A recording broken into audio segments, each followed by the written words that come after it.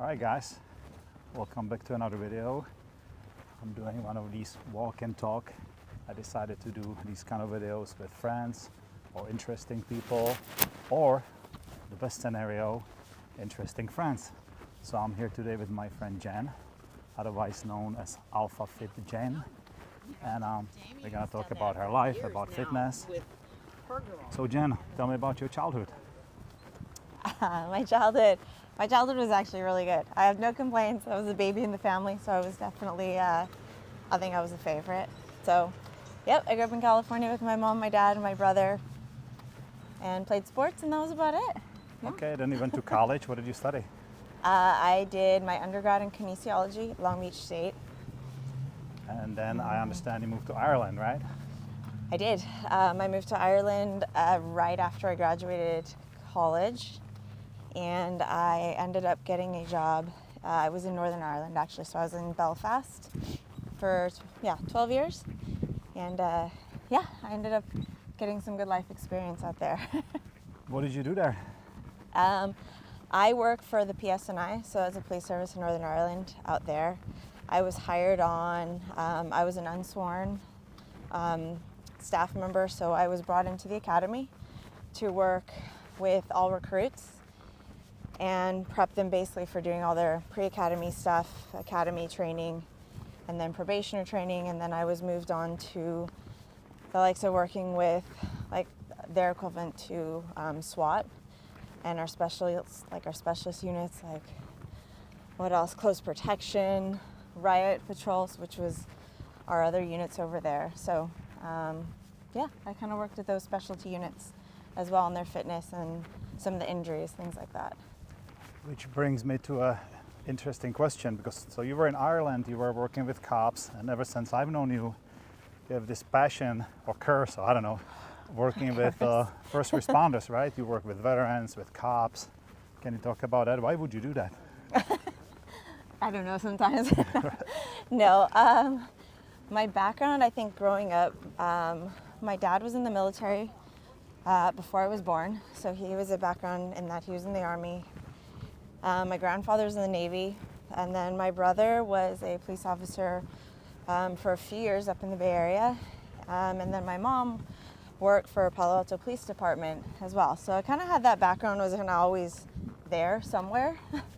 So I guess a lot of our family and close friends were law enforcement and military background, so it's kind of been very common to me, and it's just a normal for me. So I guess I was immediately drawn to that and the understanding of the job and an interest in it.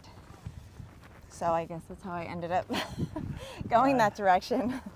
Well, as you know, I work with special forces, and my entire military career was in a special warfare. So I have some understanding of alpha males. So how has it been working with that kind of population? It's very, I was going to say, when you're young, and I was just graduated from college, so I was, 23 years old, something like that, 24, you're kind of just this young college girl that's just out and trying to figure out everything and figure out her own way, and you're not really sure what you're doing. It's hard to be taken seriously as well, being a small female and walking into a group full of men who are just like, who the hell is this girl, and what is she going to tell me or teach me? And you kind of learn real quick. It's kind of like you learn how to have a backbone. You don't show fear or insecurity or anything. It's that kind of fake it till you make it. And before you know it, it becomes like second nature, and it was never really daunting anymore. And I think showing that comfort in yourself and that not being insecure about what you're doing and what you're saying and actually believing in what you're doing, I kind of just grew with that pretty quickly. So I think I earned my own street cred when they realized, I actually was there to be there to help them and listen and do everything I could. Instead of telling them what to do, I listened to them and we worked together as to what was best for them. That's really interesting. So you weren't always Alpha Jen. You just at some point decided you have to become one to be able to do what you do. I think I've always been a spicy girl, like who's kind of always, they always say like alpha girls or alpha men, whatever, they kind of don't run in packs. They kind of run on their own and have their own ways of doing things, and I don't need a group around me. And that's kind of how I've always been. I do have friends, I have things like that, but I've always been kind of like, I'm good on my own, and I'm pretty secure in who I am and what I do and why I do what it is. And I think it kind of shows through, especially as you get older. I think it shows through, and people see that. So not only do you work with alpha males, you didn't have enough of that, you actually married one, right? So I'm married to Nick. How is that?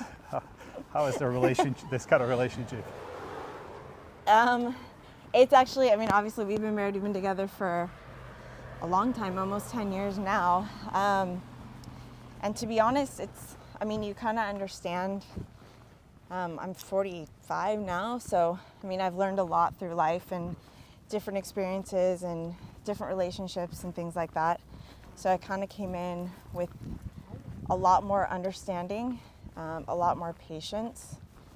And instead of always being right or this or that, one thing I learned was understanding who my husband was, listening to him and like really listening to even what he's not saying, and understanding, knowing how to read his body language, I think really helped in understanding his place. But you know, I'm also not passive, so there's times, I mean, I think he actually honestly respects me more because I do fight back.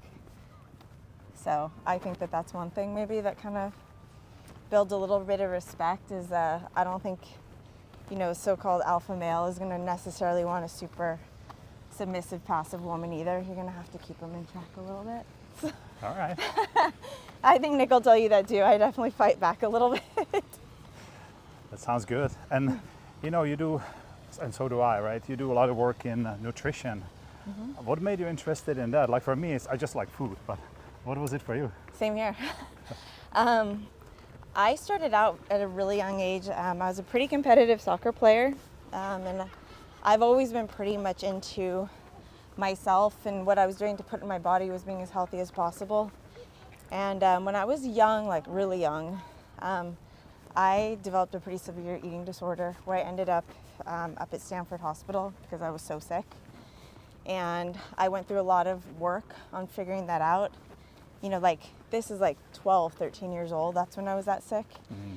And then you go back and forth on it and you realize you want to be healthy and you're trying to get through everything. So I learned a lot about nutrition and how my body works and how nutrients are needed for what I want to do. You know, I wanted to be a soccer player, I want to be healthy, but I had this crazy thing in my head I had to get over. So it became the science-backed of what does your body actually need, the black and white science parts of it, as well as the emotional and the psychological part of what was going on. And they really, with nutrition, those two really go hand in hand. It's not always black and white when it comes to nutrition.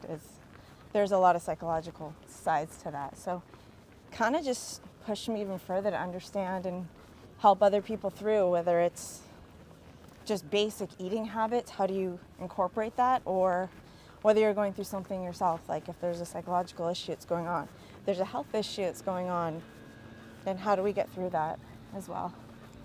All right, so it's not just a job, it's actually a passion, and you can really relate to people. Yeah. That's cool. Well, do you have any advice for the viewers about fitness, nutrition? How about dating an alpha female? Anything like that?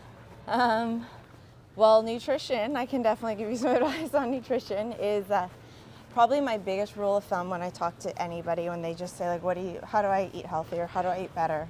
So the first thing I'll say is keep everything really simple. Yeah. Like eat whole foods. I don't care what it is, but eat whole foods.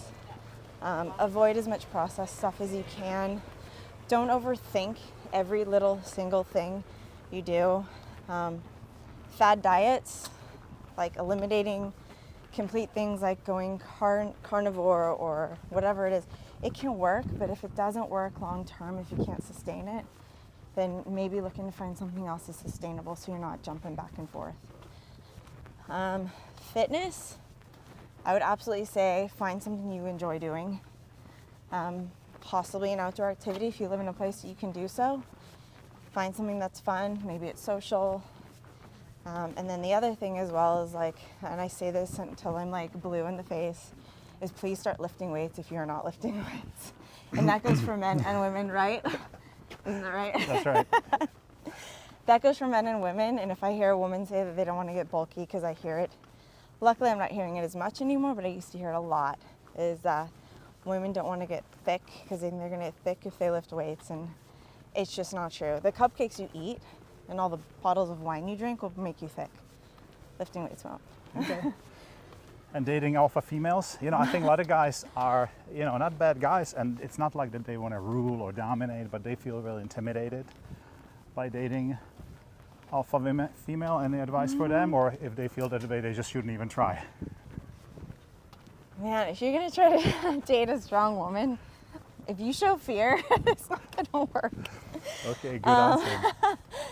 In fairness, I mean, I think every relationship has their give and take, and whether or not it's you want to date somebody who's a strong person. I mean, in our relationship, you know, we can't both be like the leaders of the pack, so, you know, we also understand our roles. It makes us comfortable, that works for us, and who calls the shots on certain things, and knowing when the other person just says, okay, that's fine, I'm not going to fight this. And that's really important, in knowing that. That's cool, thank you. You know, I really appreciate what you said about nutrition. I shared earlier, you were asking who's my audience, and I said, you know, single dad, somebody who doesn't want to do any research, is trying to eat healthy, make the kids eat healthy, maybe is trying to leave the planet a little better for the kids, but you know, doesn't know what he's doing or she's doing if it's a single mom, right? Supermarket, they are lost. Same advice, you know, eat whole food, plant-based, don't eat processed food, eat simple. So I'm glad we agree. Yeah. All right. That hey, wasn't even it. practice. Thank you so much for You're this welcome. interview, and you guys have a great one. Bye. Bye.